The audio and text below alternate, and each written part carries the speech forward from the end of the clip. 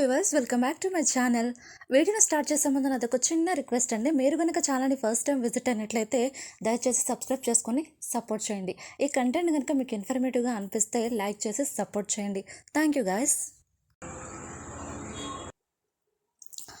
తెలంగాణలో గత కొన్ని రోజులుగా పలు జిల్లాల్లో భారీ వర్షాలు కురుస్తున్నాయి. భారీ వానలతో చెరువులు, జలాశయాలు, ప్రాజెక్టులు నిండు కుండలా మారాయి.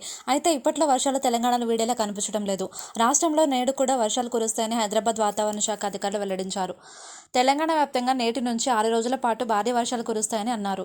తూర్పు, మధ్య పరిసర ఉత్తర బంగాళాఖాతంలో అల్పపీడనం ఏర్పడే ఛాన్స్ ఉందని, దీని ప్రభావంతో వర్షాలు కురుస్తాయని చెప్పారు.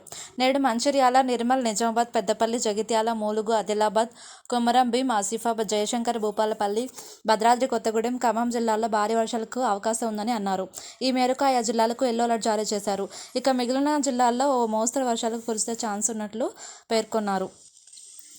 రేపు ఏ జిల్లాల్లో వర్షాలు పడతాయంటే జయశంకర్, భూపాలపల్లి, ములుగు, మహబూబాబాద్, వరంగల్, హన్మకొండ, భద్రాద్రి కొత్తగూడెం, సూర్యాపేట, ఖమ్మం జిల్లాల్లో అక్కడక్కడ వర్షాలు కురిసే అవకాశం ఉందని తెలిపారు. ఈ మేరకు ఆయా జిల్లాకు అధికారులు అప్రమత్తం చేశారు.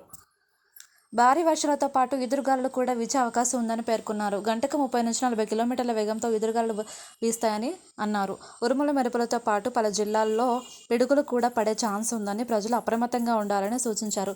ముఖ్యంగా పొలం పనులకు వెళ్లే వారు జాగ్రత్తగా ఉండాలన్నారు. చెట్ల కింద ఉండరాదని హెచ్చరించారు. ప్రజలు అత్యవసరమైతే తప్ప వర్షం కురిసే సమయంలో బయటకు వెళ్లకూడదని సూచించారు. ఇక హైదరాబాద్లో నేడు వాతావరణం పొడిగా ఉంటుందని చెప్పారు. ఉదయం ఎండగా అనిపించినా మధ్యాహ్నం తర్వాత వాతావరణం చల్లబడుతుందని చెప్పారు. సాయంత్రానికి వర్షం కురిసే అవకాశం ఉందని వాతావరణ శాఖ అధికారులు తెలిపారు. గత వారం క్రితం హైదరాబాద్ నగరంలో కుండపోత వర్షం కురిసింది. దీంతో నగరంలోని పలు లోతట్టు ప్రాంతాలు జలమయమయ్యాయి.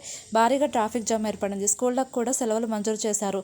మరోసారి భారీ వర్షం హెచ్చరిక నేపథ్యంలో జీహెచ్ఎంసీ అధికారులు అప్రమత్తమయ్యారు.